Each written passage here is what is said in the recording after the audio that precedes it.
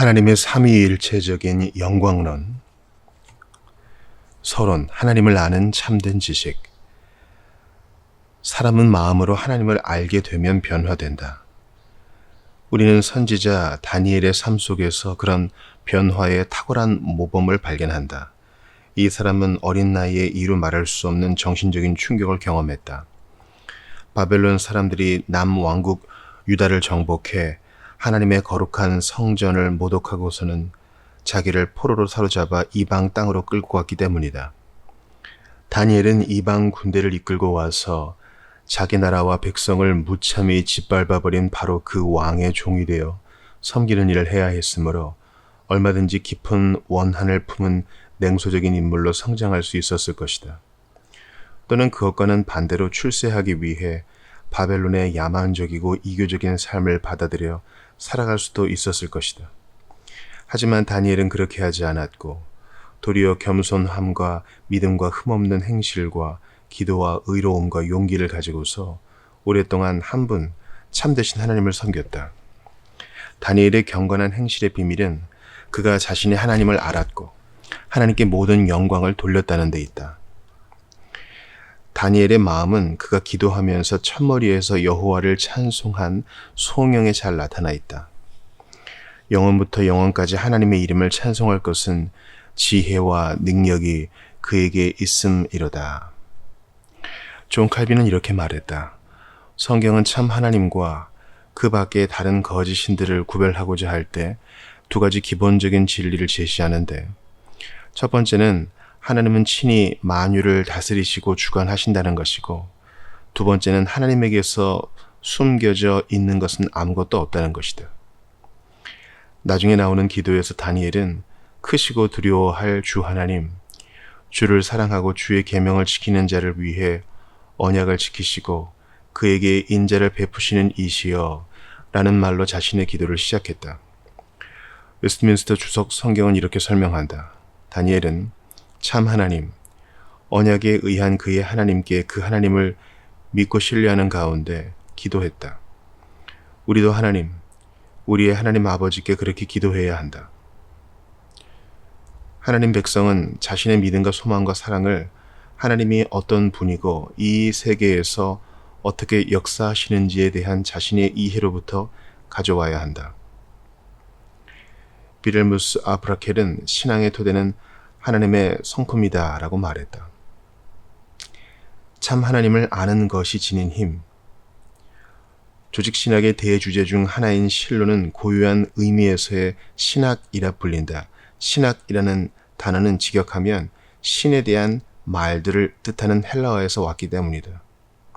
한분 참되신 하나님은 하나님의 영광스러운 본성과 성부, 성자, 성령으로 이루어진 하나님의 삼위일체적인 신격을 통해 다른 모든 신들과 구별된다. 우리는 하나님을 아는 지식을 탐구해 나갈 때 첫 번째로 하나님의 속성과 이름을 살펴본 후에 신격을 이루는 삼위를 살펴보겠다. 두 번째로는 하나님 자신이 창조하신 이 세계에서 자신의 뜻을 이루어 가시기 위한 하나님의 작정하심 또는 주권적인 계획을 살펴보겠다. 다음으로 우리는 창조론을 다루어도 되긴 하지만 좀 더 기다렸다가 인간의 창조를 논의하게 될 인간론이라는 대주제 아래 창조를 다루겠다. 세 번째로는 하나님이 자신의 섭리를 통해 피조 세계에서 자신의 작정하심을 어떤 식으로 수행해 가시는지를 살펴보겠다. 다니엘서의 많은 부분은 하나님의 백성이 자신의 죄로 말미암아 재난을 자초했음에도 하나님이 역사 속에서 자신의 주권적인 계획을 여전히 수행해 가고 계신다는 것을 보여주는 계시로 이루어져 있다. 또한 섭리론 아래 우리는 하나님이 자신의 섭리를 주관해 가실 때 부리는 종들로 사용하시는 선한 천사들, 타락한 천사들 또는 귀신들, 어둠의 세력에 맞선 교회의 영적인 전쟁도 고찰하겠다.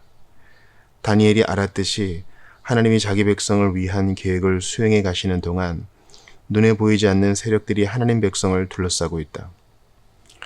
우리가 신론을 연구하는 목적은 그리스도로 말미암아 하나님에 대해 살아가기 위한 것이다.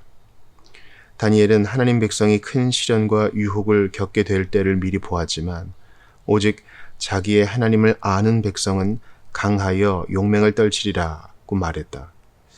웨스트민스터 주석 성경은 역사적 맥락 속에서 볼 때 이 본문은 그들이 온갖 고문과 잔혹한 방식의 죽음을 견디며 모든 유혹에 용감하게 저항하여 이기고 끝까지 순전한 마음으로 하나님을 섬기게 될 것임을 의미한다고 설명한다. 하나님을 아는 지식은 대대로 하나님의 백성에게 힘이 되어 왔고 오늘날에도 우리가 은혜를 힘입어 그 지식을 우리 마음속에 받아들인다면 우리에게 힘이 되어줄 것이다.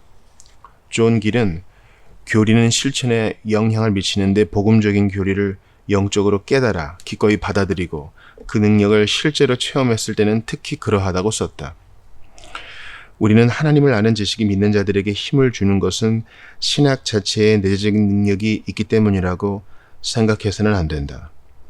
유감스러운 일이긴 하지만 머리에는 신학을 아는 지식이 많이 들어 있어도 경건은 전혀 없는 경우도 있을 수 있다. 마귀들도 그런 의미에서는 하나님을 알고 두려워 떤다. 하지만 어떤 사람이 믿음으로 말미암아 하나님을 진정으로 알 때 이 지식을 통해 그 사람은 예수 그리스도로 말미암아 하나님과 연합된다. 하나님을 경험적으로 알게 되면 하나님을 신뢰하고 의지하게 된다. 다윗은 여호와여 주의 이름을 아는 자는 주를 의지하오리니 이는 주를 찾는 자들을 버리지 아니하심이니이다 라고 말했다. 매튜 풀은 이렇게 설명했다. 주의 이름을 안다는 것은 주의 본성과 완전하신 것들, 주의 무한하신 능력과 지혜, 신실하심과 선하심을 철저하게 알고 제대로 마음에 새기는 것이다. 이것들은 하나님이 우리가 신뢰하고 의지하기에 지극히 합당한 분임을 알게 해준다. 따라서 하나님을 연구하는 것은 모든 잠재력과 위험으로 가득하다. 이 위대한 탐구에서 우리는 결코 중립적일 수 없다. 우리는 하나님께 열심히 있으나 올바른 지식을 따른 것이 아닐 수 있으므로 우리의 신학은 아무리 학문적인 것이라 해도 하나님과 하나님의 구원하시는 의에 맞서는 일종의 반역이 될 수도 있다. 우리가 하나님을 안다고 공언해도 우리의 가증스럽고 더러우며 불순종하는 저작을 통해 하나님을 부정하는 일이 벌어질 수도 있다. 다른 주제를 연구할 때는 우리가 주도하여 연구하지만 하나님을 연구할 때는 그렇게 해서는 결코 안 된다. 도리어 이 위대한 주제가 우리를 주도하게 해야 한다. 우리는 과학자가 어떤 종의 물고기를 연구하는 방식으로 하나님을 연구해서는 안 된다. 우리는 하나님의 제자라는 입장에서 하나님을 연구해야 한다. 우리는 하나님 말씀을 온유함으로 받아야 한다. 우리는 예수 그리스도를 의지해 한 걸음 한 걸음 나아가야 한다. 그리스도만이 우리에게 참 하나님을 알게 해주시고 우리를 이 세상의 거짓 신들과 우상들로부터 건져주실 수 있으시기 때문이다. 불붙은 떨기나무 앞에 선 모세처럼 우리는 거룩한 땅에 서 있다. 바울의 지극히 깊은 신학적 성찰이 그에게서 다음과 같은 찬송이 터져 나오게 했듯이 하나님을 연구할 때 우리의 자세는 예배가 되어야 하고 우리의 신학은 송영의 연료가 되어야 한다. 깊도다 하나님의 지혜와 지식의 풍성하며 그의 판단은 헤아리지 못할 것이며 그의 길은 찾지 못할 것이로다. 누가 주의 마음을 알았느냐? 누가 그의 모사가 되었느냐? 누가 주께 먼저 들여서 갚으심을 받겠느냐? 이는 만물이 주에게서 나오고 주로 말미암고 주에게로 돌아갑니다. 그에게 영광이 세세에 있을지어다. 아멘. 로마서 11장 33에서 36절. 이것은 우발적인 감성주의가 아니라 하나님의 위엄 앞에서 느끼는 경이로움, 경외감, 두려움이다. 도널드 맥클라우드는 신학을 할 때 요한처럼 내가 그의 발 앞에 엎드러져 죽은 자같이 되었다라고 말할 수 없다면 신학은 이미 그 길, 아니 그 생명 자체를 잃어버린 것이다 라고 말한다. 참 하나님을 알 수 있는 가능성. 경배하는 것이 망상이 되지 않으려면 실제로 존재하는 어떤 것을 제대로 알고 지성적으로 응답하는 것이 되어야 한다.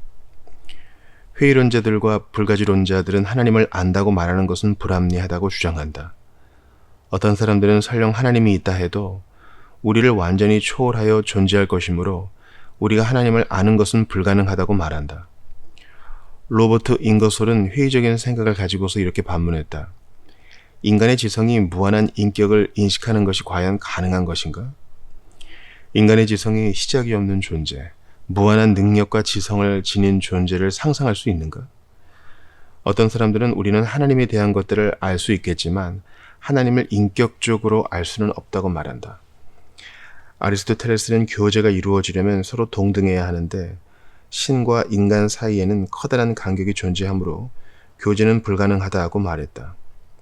만일 신학이 하나님을 발견하려는 인간의 추구라면 불가지론에서 벗어나는 것은 분명히 불가능하다. 하지만 기독교 신학은 하나님이 인간을 찾아오심으로써 시작된다.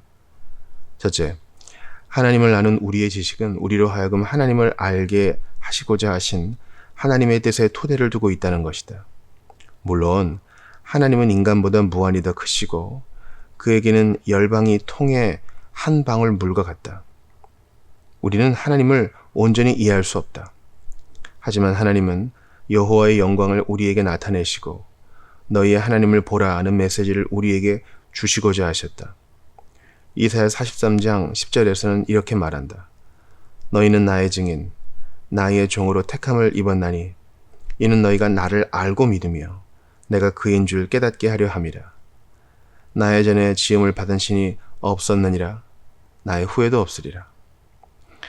하나님의 메시지는 온 세상을 향하여 나아간다. 땅의 모든 끝이여 내게로 돌이켜 구원을 받으라. 나는 하나님이라 다른 이가 없느니라. 하나님을 알 수 없다고 말하는 것은 하나님이 자기가 원하는 일을 하실 수 없다고 말하는 것이고 하나님이 복음으로 우리를 초대하시는 것이 거짓이라고 고발하는 것이다. 불가지로는 겸손이 아니라 하나님에 대한 모독이다. 둘째, 우리는 하나님의 형상을 따라 창조되었고 재창조되었으므로 하나님을 아는 것이 가능하다는 것이다. 우리는 하나님이 아니지만 하나님은 우리를 하나님의 형상을 따라 지으셨다. 앞에서 논의했듯이 이것은 하나님이 자신을 아는 것과 비슷한 방식으로 우리가 하나님을 알 수 있음을 의미한다. 우리 인간이 하나님을 아는 지식은 크신 하나님의 무한한 차원을 포괄할 수는 없다. 하지만 여기서 형상이라는 것은 진정으로 닮은 것이므로 하나님의 형상을 지닌 존재들은 하나님을 진정으로 알 수 있다. 그리스도가 오신 것은 우리로 참된 자를 알게 하시기 위한 것이었다. 마르틴 루터는 하나님은 우리의 연약한 지각의 수준에 맞춰 자신을 낮추셔서 우리에게 자신을 드러내심으로써 어린 아이도 쉽게 알 수 있게 하셨으므로 우리가 하나님을 어느 정도 아는 것이 가능해졌다고 말했다. 인간의 타락으로 말미암아 우리 안에 있는 하나님의 형상이 심하게 훼손되긴 했지만 하나님의 은혜로 말미암아 우리는 우리를 창조하신 이의 형상을 따라 지식에까지 새롭게 하심을 입게 된다. 따라서 우리는 하나님을 알 수 있고 하나님과 관계를 맺을 수 있다. 셋째, 하나님은 일반 계시와 특별 계시, 즉 한편으로는 하나님의 창조와 섭리의 역사를 통해 다른 한편으로는 하나님이 쓰시고 성령이 적용하시는 말씀을 통해 우리에게 자신을 알게 하신다는 것이다. 로버트 레인먼드는 하나님을 아는 우리의 지식은 전적으로 계시에 의존한다고 말했다. 하나님은 자신이 창조하신 이 세계와 자신이 하신 말씀을 통해 자신을 계시하셨고 이 둘을 통해 우리 안에서 역사하셔서 구원과 성화를 이루어내신다. 인간의 영이 하나님을 발견해낸 게 아니라 하나님의 성령이 영적인 분별력을 지닌 사람들이 받은 말씀을 통해 하나님의 일을 계시하신 것이다. 우리는 이 책 앞부분에서 하나님의 계시론을 다룰 때 그런 사실을 확증했다. 따라서 우리는 하나님이 스스로 자신을 우리에게 계시하셔서 알게 하셨으므로 우리가 하나님을 아는 것은 가능하다고 결론을 내릴 수 있다. 하지만 이 말에 두 가지 단서를 덧붙여야 한다. 첫 번째는 하나님을 아는 우리의 지식은 참되지만 모든 것을 다 아는 것은 아니라는 것이다. 성경은 우리가 하나님을 알 수 있다는 것과 우리 인간은 하나님을 이해할 수 없다는 것을 둘 다 가르친다. 그래서 바울은 성도들을 위해 지식에 넘치는 그리스도의 사랑을 알게 해주시라고 기도했다. 루이스 월코프는 기독교에는 한편으로는 하나님은 이해할 수 없는 분이고 다른 한편으로는 우리는 하나님을 알 수 있으며 하나님을 아는 지식은 구원의 절대적으로 필수적인 조건이라고 고백한다고 말했다. 두 번째는 하나님을 아는 모든 참된 지식은 죄인들에게 주어지는 주권적인 은혜의 선물이라는 것이다. 그리스도는 아버지 외에는 아들을 아는 자가 없고 아들과 또 아들의 소원대로 계시를 받는 자 외에는 아버지를 아는 자가 없느니라고 말씀하신다. 참 하나님을 배척하는 사악함. 지혜에서 가장 근본이 되는 것은 하나님의 존재를 믿는 믿음이다. 히브리서 11장 6절에서는 믿음이 없이는 하나님을 기쁘시게 하지 못하나니 하나님께 나아가는 자는 반드시 그가 계신 것과 또한 그가 자기를 찾는 자들에게 상 주시는 이심을 믿어야 할지니라고 말한다. 하나님은 그가 계신 것을 차고 넘치게 나타내 보여주셨다. 하나님의 일반 계시는 그가 창조하신 보이는 피조 세계에 의한 외적인 증언과 인간의 양심에 의한 내적인 증언을 통해 모든 사람에게 주어진다. 또한 교회의 증언이 닿는 곳에서 살아가는 모든 사람은 기록된 하나님 말씀을 통해 하나님을 알 수 있다.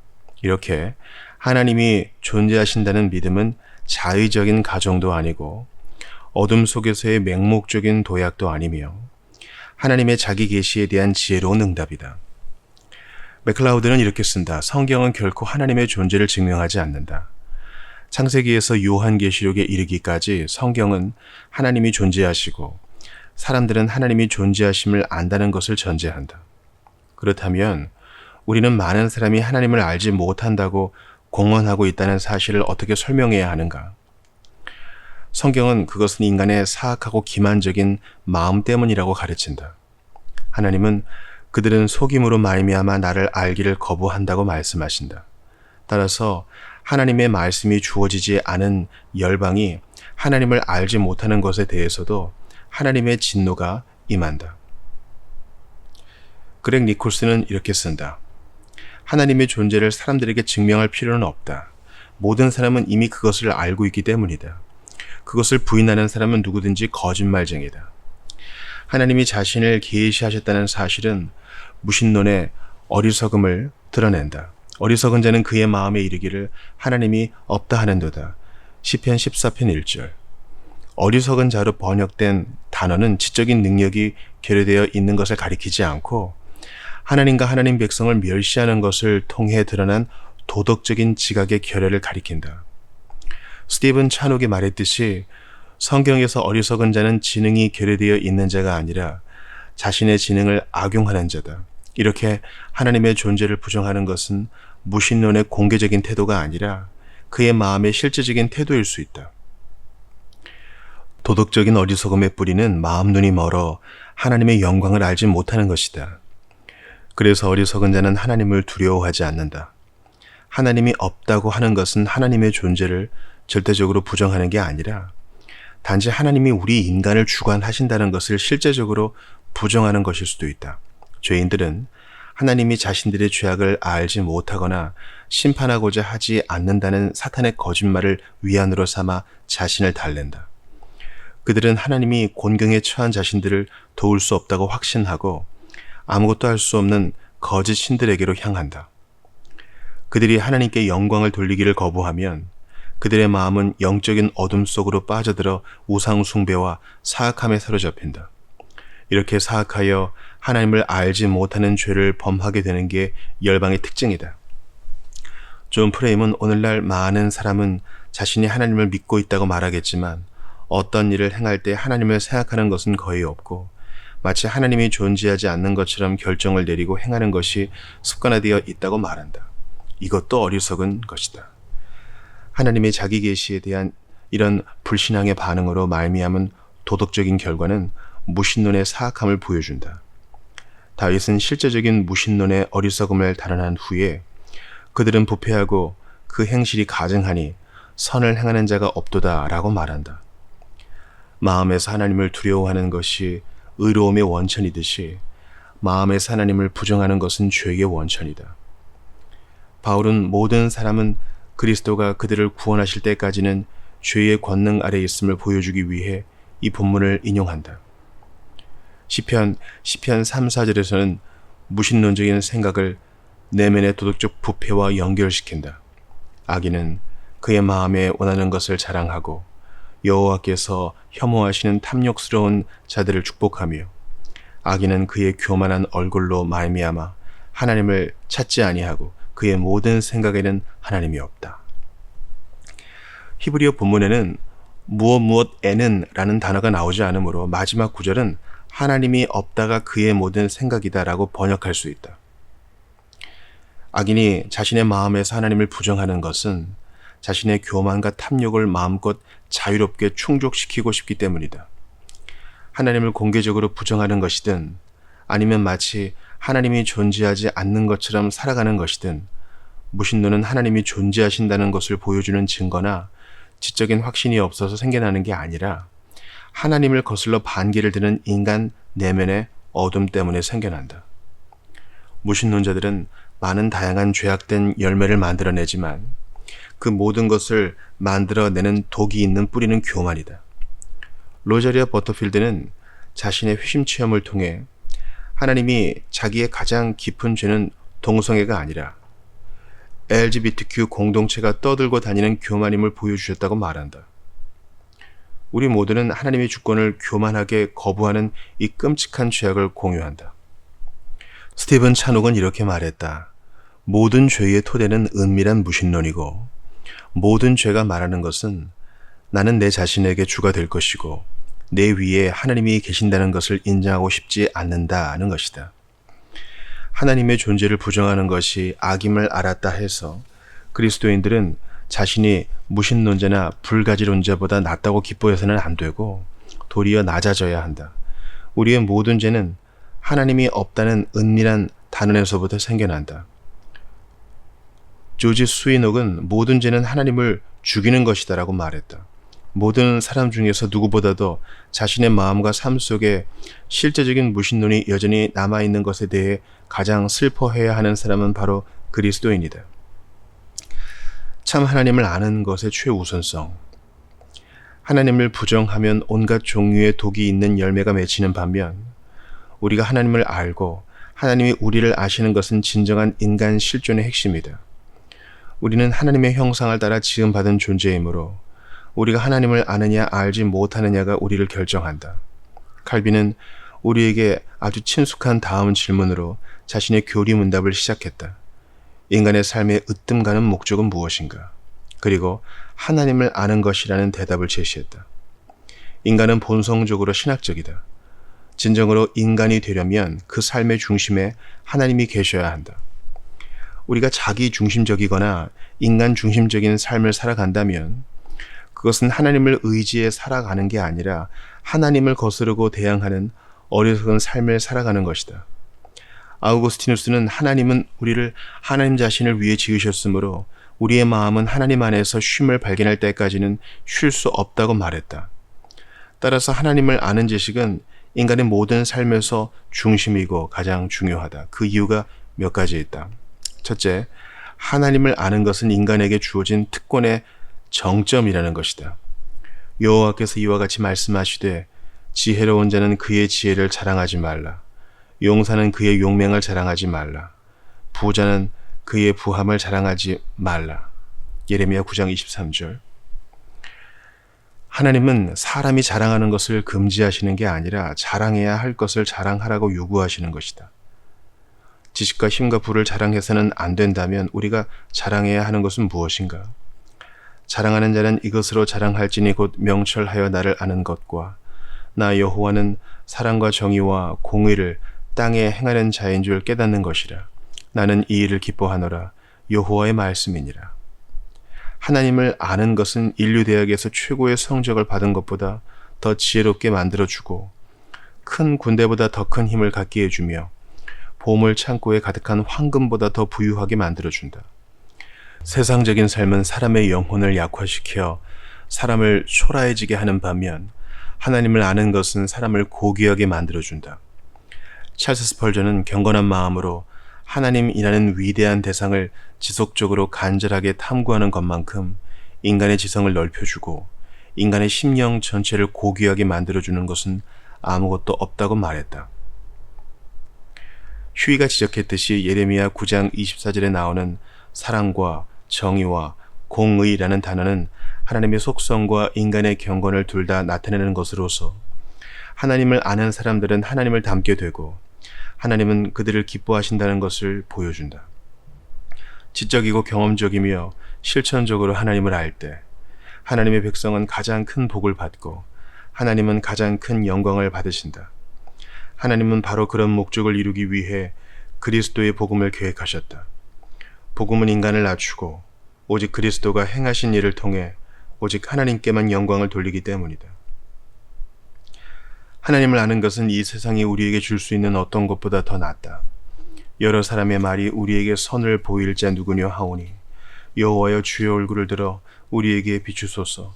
주께서 내 마음에 두신 기쁨은 그들의 곡식과 새 포도주가 풍성할 때보다 더하니이다. 시편 4편 6, 7절.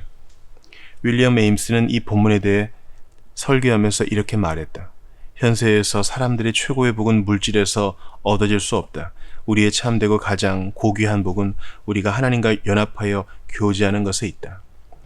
우리가 하나님 안에서 발견하는 기쁨은 그 달콤함에서 인간의 모든 즐거움과 행복을 능가한다.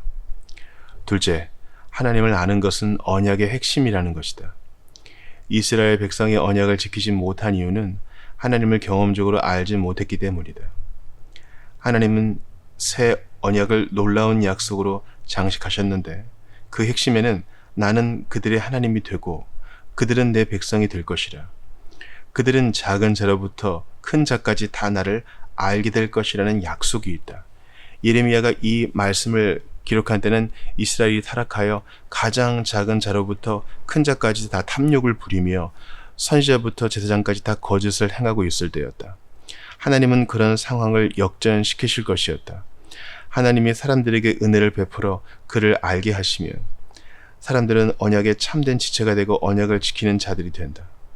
그래서 이 언약의 핵심에는 새로운 마음에 대한 약속, 즉 내가 여호와인 줄 아는 마음을 그들에게 주어서 그들이 전심으로 내게 돌아오게 하리니 라는 약속이 있다. 토머스 굿인과 토머스 볼은 이렇게 말했다. 하나님을 아는 지식은 하나님과 교제하기 위해 가장 필요하고 효과적인 수단이다. 우리가 하나님을 참되게 아는 것은 하나님과의 언약 속으로 들어가 계속 하나님을 알아가고 점점 더 깊은 교제를 누리기 위한 첫 번째 관문이다. 따라서 하나님을 올바르게 아는 것은 우리가 얻을 수 있는 최고의 상이다. 셋째, 하나님을 아는 것은 영생의 본질을 일하는 것이다. 주 예수님은 영생은 곧 유일하신 참 하나님과 그가 보내신 자 예수 그리스도를 아는 것이니이다 라고 말씀하신다. 우리는 그리스도로 말미암아 하나님을 아는 것은 단지 영생을 얻기 위한 수단이라고 생각할 수 있겠지만 그리스도는 이 지식이 영생 자체, 즉 이 땅에서 시작된 하늘의 영광의 삶 자체라고 하신 것이다. 요한복음에 나오는 영생에 대한 다른 가르침에 비추어 보았을 때 그리스도가 하신 이 말씀은 하나님을 아는 지식은 사람들의 마음과 생각을 조명해주고 그들의 삶을 인도해주며 그리스도를 믿는 믿음을 갖게 해주고 그들을 영원한 멸망에서 건져주며 정죄에서 벗어나게 해주고 그들의 가장 깊은 소원을 만족시켜주며 살아계신 하나님과 교제하게 해주고 그들이 장차 영생으로 부활하는 것을 보장해 줄 것임을 의미한다. 예수 그리스도로 말미암아 하나님을 아는 지식은 얼마나 놀랍고 기이한 선물인가. 넷째, 하나님을 아는 것은 거룩함의 원동력이라는 것이다. 하나님에 대한 무지는 사람들을 우상 숭배와 불의와 사악함으로 몰아간다. 타락한 인류는 도덕적이고 영적으로 수많은 다양한 질병으로 고통을 당하고 있지만 인류의 궁극적인 질병은 하나님에 대한 왜곡된 생각이다. 죄가 없으시고 사랑 자체이신 하나님을 아는 사람들은 죄를 멀리하고 서로를 사랑한다.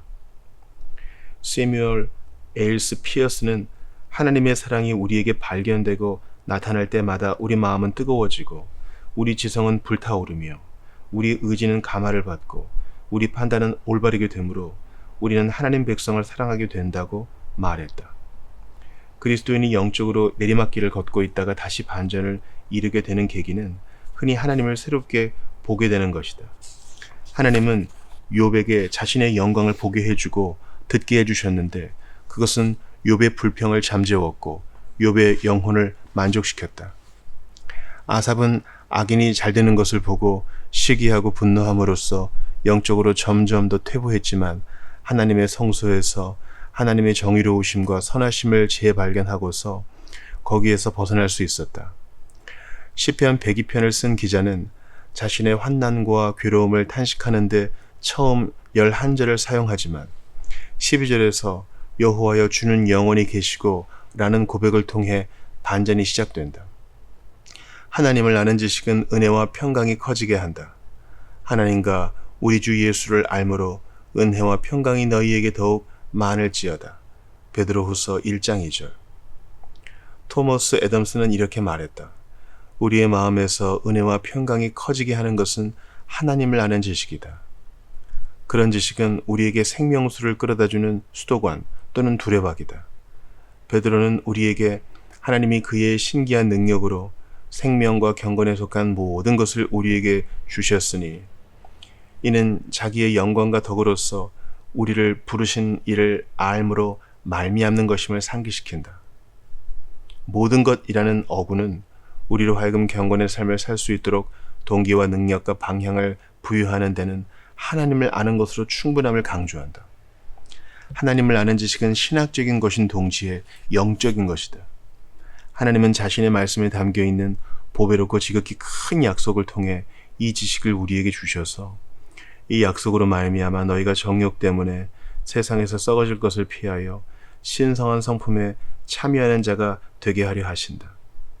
피터 데이비스는 신성한 성품에 참여하는 자는 이 세상에 썩어질 것이나 정욕과 반대되는 우리 안에서 새롭게 된 하나님의 윤리적인 형상을 가리킴을 보여준다. 사도 베드로가 여기서 권장하는 지식은 열매 없는 세상 지식이 아니라 하나님의 유효한 부르심을 통해 그의 신기한 능력으로 주어지는 지식이라는 것은 분명하다. 하지만 그것은 신학적인 지식, 즉 그리스도 안에서 이루어진 하나님의 자기 계시의 객관적인 내용에 대한 지식이다. 따라서 하나님은 성경의 신학을 능력으로 사용하셔서 거룩한 삶을 만들어내신다. 모든 그리스도인은 우리 주 곧 구주 예수 그리스도의 은혜와 그를 아는 지식에서 자라가기를 열망하는 게 마땅하다. 그렇게 하려면 하나님을 부정하는 거짓된 가르침을 제거해야 한다. 하나님에 대한 거짓된 사고는 천박하고 혼합주의적인 영성을 만들어내고 하나님을 아는 참된 지식은 제대로 된 심오한 경건을 만들어낸다. 인간의 삶에서 그리스도로 말미암아 하나님을 아는 지식보다 더 중심이 되어야 하는 것은 없다. 바울은 내 주 그리스도 예수를 아는 지식이 가장 고상하므로 이 세상의 모든 영예와 고상한 것을 배설물에 지나지 않는 것으로 여겼다. 당신은 어떠한가? 당신은 하나님을 아는 것을 당신의 가장 큰 특권으로 여기는가?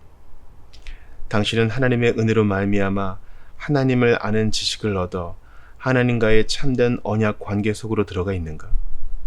당신은 이 선물에 대해 감사하는 마음이 충만하고 이 지식에서 자라가기를 간절히 사모하고 있는가? 당신의 경우에 하나님을 아는 지식으로 말미암아 당신의 교만은 분쇄되고 당신의 정욕은 굴복하며 하나님과 사람들에 대한 당신의 사랑은 점점 더 커져가고 있고 이것이 당신의 선한 행실을 통해 증명되고 있는가? 참 하나님을 알기를 구하는 경건. 하나님을 진정으로 알고 하나님을 더 잘 알려면 하나님과 함께 하나님의 길로 행해야 한다. 하나님을 아는 지식은 관계로서의 성격을 지닌다. 하나님을 아는 지식을 구하는 것은 하나님을 구하는 것이다. 그것은 말씀 안에 있는 하나님의 자기 계시에 응답하는 가운데 하나님을 구하는 거룩한 추구다. 우리는 여호와를 알기 위해 힘써야 한다. 어떻게 우리는 하나님을 알기를 구해야 하는가? 앞에서 우리는 영적인 활동인과 동시에 학문 분과인 신학을 어떻게 해야 하는지를 개략적으로 살펴보았다. 여기서는 신론이 요구하는 경건의 구체적인 응답을 살펴보기로 하자. 첫째, 우리는 의지하고 받아들이는 방식으로 하나님을 알기를 구한다. 우리는 오직 하나님이 우리에게 자신을 계시하실 때만 하나님을 알 수 있다. 하나님을 아는 지식은 언제나 하나님이 먼저 주도적으로 자신의 말씀을 통해 우리에게 주실 때만 가능하다. 우리는 하나님을 아는 지식을 발견해낼 수는 없고 오직 받을 수만 있을 뿐이다. 우리의 기도는 언제나 여호와여 말씀하옵소서 주의 종이 듣겠나이다가 되어야 한다. 듣는다는 것은 수동적인 게 아니라 의지하는 자세로 적극적으로 간절하게 귀를 기울이는 것이다. 우리는 하나님의 말씀을 통해 하나님이 누구신지를 가르침 받는 것을 떠나 하나님에 대한 우리의 믿음을 말해서는 안 된다. 윌리엄 퍼킨스는 무엇보다도 먼저 말씀의 사역을 통해 가르침을 받아 하나님을 올바르게 알게 된 사람이 아니면 아무도 하나님을 믿을 수 없다고 말했다. 신학자들은 마치 우물의 밑바닥을 뚫어져라 내려다보듯이 하나님을 찾는 경우가 비일비재하다. 하지만 하나님에 대한 그들의 깊은 사고는 그들 자신을 반영한 것일 뿐이다. 우리의 모습을 따라 하나님을 만들어내지 말라. 신학은 우리가 생각하거나 좋아하거나 선택하는 것을 설명하는 게 아니라 하나님이 자신과 우리에 대해 뭐라고 말씀하셨는지를 설명하는 것이다. 교사의 혀를 갖고자 한다면 제자의 귀를 가져야 한다. 볼코프는 하나님을 아는 참된 지식은 오직 하나님의 자기 계시를 통해서만, 오직 어린아이 같은 믿음으로 그 계시를 받아들이는 사람을 통해서만 얻어질 수 있다고 말했다. 둘째, 우리는 우리 자신을 낮추고 회개하는 가운데 하나님을 알기를 구한다. 하나님은 하나님이시다. 하나님을 올바르게 안다는 것은 하나님을 경외한다는 것이다. 하나님을 경외한다면 우리는 죄를 미워하여 죄에서 떠날 수밖에 없고 하나님을 사랑하여 하나님께로 향할 수밖에 없다. 칼빈은 이렇게 말했다. 우리는 신앙이나 경건이 없는데 하나님을 진정으로 알 수 있다고 말해서는 안 된다. 내가 말하는 경건은 하나님이 우리에게 주시는 은택들을 알고서 하나님을 사랑하고 경외하게 된 것을 가리킨다. 따라서 하나님을 아는 지식을 구할 때는 반드시 우리 자신이 낮아지지 않으면 안 된다. 이사야가 발견했듯이 우리 자신, 즉 우리 자신의 죄악됨과 우리가 처한 공경을 알지 못하는데 거룩하신 하나님을 아는 것은 불가능하다. 거룩하신 하나님은 우리가 하나님과 함께 하고자 한다면 통회하고 겸손한 심령을 가져야 한다고 말씀하신다. 헤르만 바빙크는 모든 신학자의 첫 번째 의무는 겸손하고 삼가는 것이다 라고 말했다. 브라켈은 이것은 우리가 두렵고 떨림으로 감당해야 하는 일이다라고 경고했다. 셋째, 우리는 그리스도 중심적인 믿음을 통해 하나님을 알기를 구한다. 우리는 죄 가운데 타락한 사람들이므로 그리스도의 피로 말미암아 하나님과 화목하게 될 때까지는 하나님에게서 멀리 있다. 우리는 그리스도를 믿는 믿음, 즉 성경의 복음에 계시된 그리스도를 믿는 믿음을 떠나서는 하나님을 알기를 기대할 수 없다. 주 예수님은 내가 곧 길이요 진리요 생명이니 나로 말미암지 않고는 아버지께로 올 자가 없느니라고 말씀하셨다. 여기서 마지막 어구는 그리스도만이 진리를 가르치셔서 우리에게 보이지 않는 하나님을 나타내셨음을 보여준다. 계속하여 주 예수님은 자신의 제자들에게 너희가 나를 알았더라면 내 아버지도 알았으리로다. 이제부터는 너희가 그를 알았고 또 보았느니라고 말씀하셨다. 빌립이 예수님에게 아버지 하나님을 보여달라고 하자 그리스도는 나를 본 자는 아버지를 본 것임을 강조하셨다. 그리스도 안에서 하나님의 은혜와 진리의 영광이 나타났다. 따라서 하나님을 아는 지식에서 자라가려면 은혜 언약의 중보자이자 대제사장이신 그리스도를 믿는 믿음을 끊임없이 사용해야 한다. 믿음은 단지 그리스도를 의지해 구원을 얻고 그리스도인으로서의 삶을 시작하려 할 때만 사용해야 하는 수단이 아니다. 믿음으로 시작했다면 계속 믿음 안에 머물러 있어야 한다. 그리스도인의 일생은 그리스도를 믿는 믿음으로 살아가는 삶이다. 신학을 하는 사람들은 신실하신 중보자이신 그리스도를 끊임없이 의지함으로써 그들 속에 있는 빛이 점점 더 커지게 해야 하고 그리스도 없이 어둠 속을 헤매서는 안 된다. 피조물에 불과한 존재인 우리는 누구라도 그리스도 없이는 감히 거룩하신 하나님 앞으로 나아가려 해서는 안 된다. 마크 존스는 이렇게 말한다. 참되고 살아계신 하나님은 우리가 도저히 감당할 수 없는 분이다. 우리는 그리스도를 통해 하나님을 본다. 넷째, 우리는 거룩한 소원을 통해 하나님을 알기를 구한다. 하나님을 아는 지식을 우리의 목숨보다 못한 것으로 취급하는 것은 하나님을 모욕하는 것이다. 우리는 모세처럼 주의 영광을 내게 보여주소서라고 기도해야 한다. 하나님이 자신을 계시하신 한도 안에서 우리는 하나님을 꼭 붙들어야 한다. 우리는 하나님을 아는 지식을 단순히 유익한 것이 아니라 그런 것을 훨씬 뛰어넘는 것으로 여겨야 하고 하나님을 가장 아름다우시고 지극히 사모해야 할 분으로 여겨야 한다. 다윗은 내가 여호와께 바라는 한 가지 일 그것을 구하리니 곧 내가 내 평생에 여호와의 집에 살면서 여호와의 아름다움을 바라보며 그의 성전에서 사모하는 그것이라고 기도했다. 하나님의 아름다우심을 바라보는 것이 당신이 사모하는 한 가지 일인가? 그렇다면 당신은 신학을 연구하기에 합당한 열망을 가지고 있는 것이다. 신학자는 하나님을 바라보면서 종종 자기 자신을 잊는다. 하나님이 우리에게 주시는 가장 큰 사랑의 선물은 하나님이 우리가 사랑할 만한 분임을 우리로 알게 하시는 것이다. 조나단 에드워즈는 내가 지금까지 경험한 가장 달콤한 기쁨과 즐거움은 내 자신의 처지가 좋아질 것이라는 소망에서 온 것이 아니라 복음의 영광스러운 것들을 직접 보게 된 것에서 온 것이었다고 말했다. 에드워즈는 내가 하나님과 인간을 이어주는 중보자이신 하나님의 아들의 영광, 그리스도의 놀랍고 크며 충만하고 순전하며 달콤한 은혜와 사랑, 그리스도의 온유하고 인자하신 낮아지심을 보게 되자 그리스도는 내게 이루 말할 수 없을 정도로 탁월하신 분으로 보였고 그리스도의 탁월하심은 내 모든 생각과 지각을 다 삼켜버리기에 충분할 정도로 크셨다고 썼다. 그런 특별한 경험은 모든 참된 신학을 하는데 필수적이다.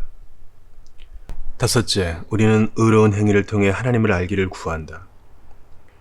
우리는 우리 행위로 구원을 받는 게 아니다. 우리는 그리스도 안에서 하나님의 새로운 피조물이 되기 전에는 어떤 선한 행위도 할 수 없기 때문이다. 하지만 하나님을 아는 지식은 하나님에 대한 순종과 분리될 수 없다.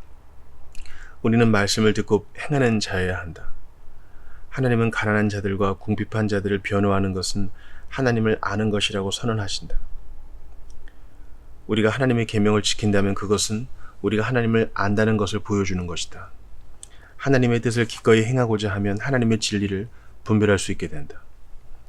그리스도는 하나님이 그리스도를 순종하여 행하는 자에게 점점 더 많이 그리스도를 나타내실 것이라고 약속하셨다. 나의 계명을 지키는 자라야 나를 사랑하는 자니 나를 사랑하는 자는 내 아버지께 사랑을 받을 것이요 나도 그를 사랑하여 그에게 나를 나타내리라. 우리가 사랑과 순종함 가운데서 하나님과 동행할 때 하나님을 아는 우리 지식은 점점 깊어진다.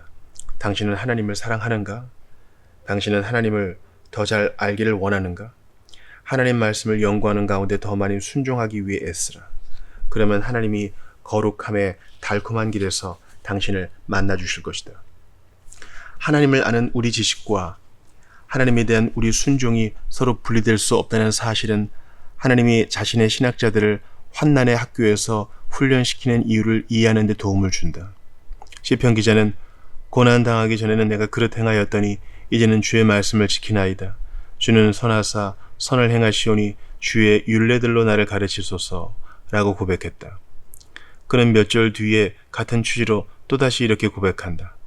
고난당한 것이 내게 유익이라. 이로 말미암아 내가 주의 율례들을 배우게 되었나이다. 시편 기자는 환난을 통해 하나님의 선하심을 더 깊이 알게 되었다.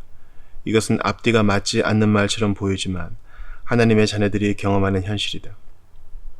토마스 멘트는 이렇게 말했다.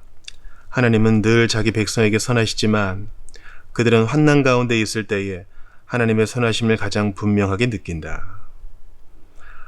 겉보기에는 하나님은 그들을 가혹하게 다루시는 것처럼 보이지만 사실 환난 가운데 있는 내내 그들에게 복을 주고 계시는 것이다. 하나님이 우리를 환난 가운데 두시고서 거룩하게 하시는 것은 우리를 환난에서 건져주시는 것보다 더 큰 자비와 긍휼을 우리에게 베풀어 주시는 것이다. 당신이 신론을 계속 연구해 나갈 때 불같은 시련이 닥쳐온다 해도 이상하게 생각해서는 안 된다. 그 시련은 하나님이 당신을 거룩하게 하셔서 하나님을 더 잘 알게 하시려고 사용하시는 수단이다. 그 십자가의 길에서 그리스도가 당신에게 자신의 영광을 더 많이 보여주실 것임을 믿고서 순종하는 마음으로 믿음 가운데서 계속 밀고 나가라.